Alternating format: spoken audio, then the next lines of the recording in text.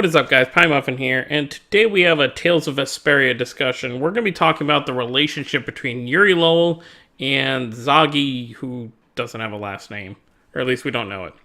So, I've kind of thought about this for a while, and I've talked to different people about this, about what exactly you could classify their relationship as.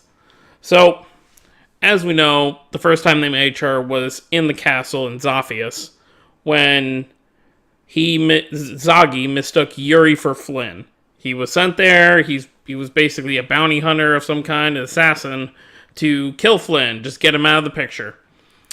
And instead, he found an opponent in Yuri and Estelle. Obviously, his main opponent was Yuri. We didn't know Estelle's name back then. But Zagi was interested because it was one of those things where he'd never really lost a fight before like that. He was never just so, I guess, outmatched. So that kind of drove him. He's like, okay, I found an opponent in this random swordsman with long hair. So that's what Zagi thought until the next time when we're searching for Barbos. Was his name Barbos? I believe that was the first arc villain, yeah. So we met him. He sent Zagi out, and then he was happy. He finally knew Yuri's name. Knew that he wasn't Flynn. Because in the first fight, he just kept calling him Flynn. So now he actually respects Yuri enough to know his real name. That's the second confrontation. I believe there's 5 total confrontations. So he gets whooped again. We have more party members that time. So he's dealing with more than he can handle on his own. I don't think... Yeah, okay. So that happened. The third time is in the Colosseum. When the whole plan was set up for Yuri and Flynn to fight each other. And that's when Zagi jumps in. He's got his new Blastia that he uses to basically destroy the, holding cages that are holding all the monsters. So everyone has to deal with that while Yuri has to deal with Zagi again. And at this point, this is when Zagi's really just kind of getting annoying. He just really wants to fight. So the relationship that kind of starts to, begin here is although Zagi's crazy, he just sees Yuri as a rival who he wants to defeat. And it's not exactly a healthy or normal relationship because he's still a nutcase. But in some way you can kind of understand in his messed up mind, he mainly just sees Yuri as this person he wants to overcome. He doesn't have anyone in his life that he can really call a friend, but having a rival like that is probably the closest thing that Zagi can feel to true happiness. Before, it's just like, okay, doing job after job, and then that's it. But now he's got someone he can't beat, and he's constantly trying to get better, get improvements on himself to defeat his enemy. The fourth time is when you're going to try and deal with Alexei on that little water, or no, it wasn't on the water thing. It was on the moving, ship fortress thing. I forget what it was called. The one that was heading to Zophius to, kind of, blow it up. So you go there, you find out Alexei isn't even there, and Zagi's the one there, and he somehow managed to kind of, stun everyone with his, once again, a new enhanced Blastia power. And once again, they're fighting him in a life or death situation where Zagi is just constantly, at this point, he is just obsessed. He's like, I have to fight Yuri. I have to fight him all the time, every chance I get. Fight. And this is the point where he's just gone insane. In the beginning, he was, a respected assassin amongst the underworld and that kind of stuff. But at this point, the only thing he really cares about is killing Yuri. That's all he wants. He just wants to keep fighting, trying to kill. And then you get to the final time. At this point, you would have thought he would have been dead right now because you cut him out. He gets blown up out of the ship into the ocean. Thought that was the end of him? Nope. When you're climbing the tower to go deal with Duke at the very end of the game, he is the final mini-boss before the final main boss. And his body, if they had an animated cutscene for this, he would have so many cuts and contortions. He would have so many scars all over him because he just constantly had people doing experiments on his body to make himself basically into a full Blastia.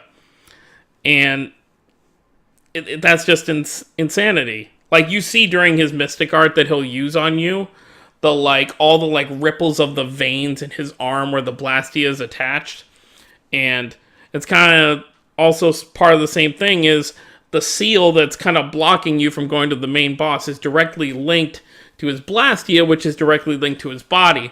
So in order to move on, they had to actually kill him. And what I really like about this, at the first 4 fights, Yuri and his companions, Carol, Judith, everyone, were just kind of annoyed. They're like, oh, can you just leave us alone? Leave us alone. At this point, we actually get some kind of, I don't want to say backstory, but we actually get some dialogue that's beyond the surface of just, oh, I want to fight. Which is kind of what it is anyway, but he does actually do some talking, and they actually have some dialogue. So, basically, I believe it's Estelle that asks Zagi, why are you doing something so meaningless with your life? Why are you throwing your life away, telling us to kill you if we want to go on?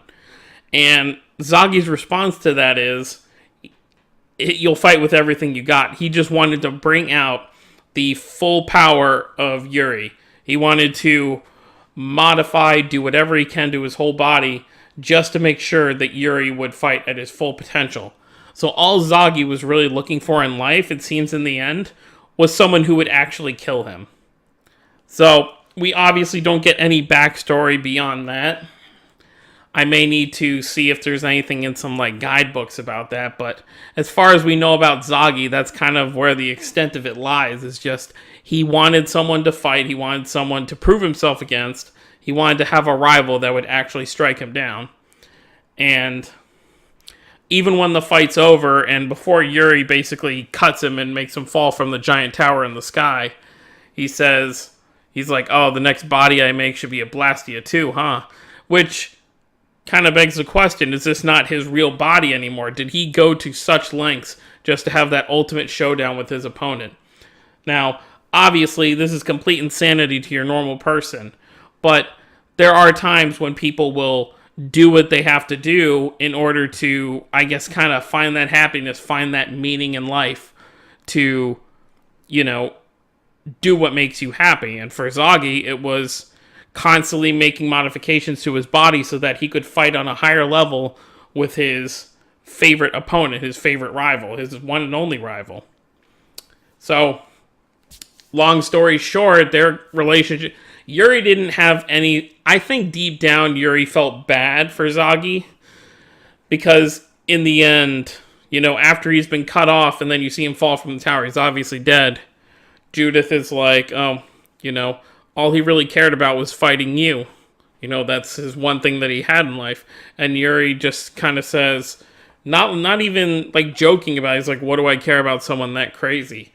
And he kind of looks down as if he feels bad that was the only thing that, Zagi got from him. And he even says, I never thought you were this crazy, before they had their final battle.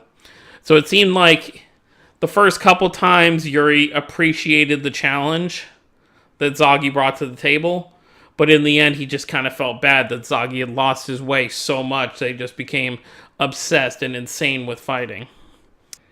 So it seems as if even though Yuri may have enjoyed those first few fights, in the end it just kind of became a burden on him, not only for the fact that it was hindering their advancements in the story to, stop this great evil that was kind of going on, but at the same time, it was a burden on himself that he might have been the cause of Zagi losing his way so much. So, I think that's pretty much all I have to say about that in terms of Yuri and Zagi's relationship. So, Zagi saw Yuri as a rival. Yuri saw Zagi as a rival in the beginning, but then just saw him as kind of a crazy person. But anyways, guys, post your comments down below. Let me know what you think. Hit that subscribe button if you're new to the channel. I will see you all next time.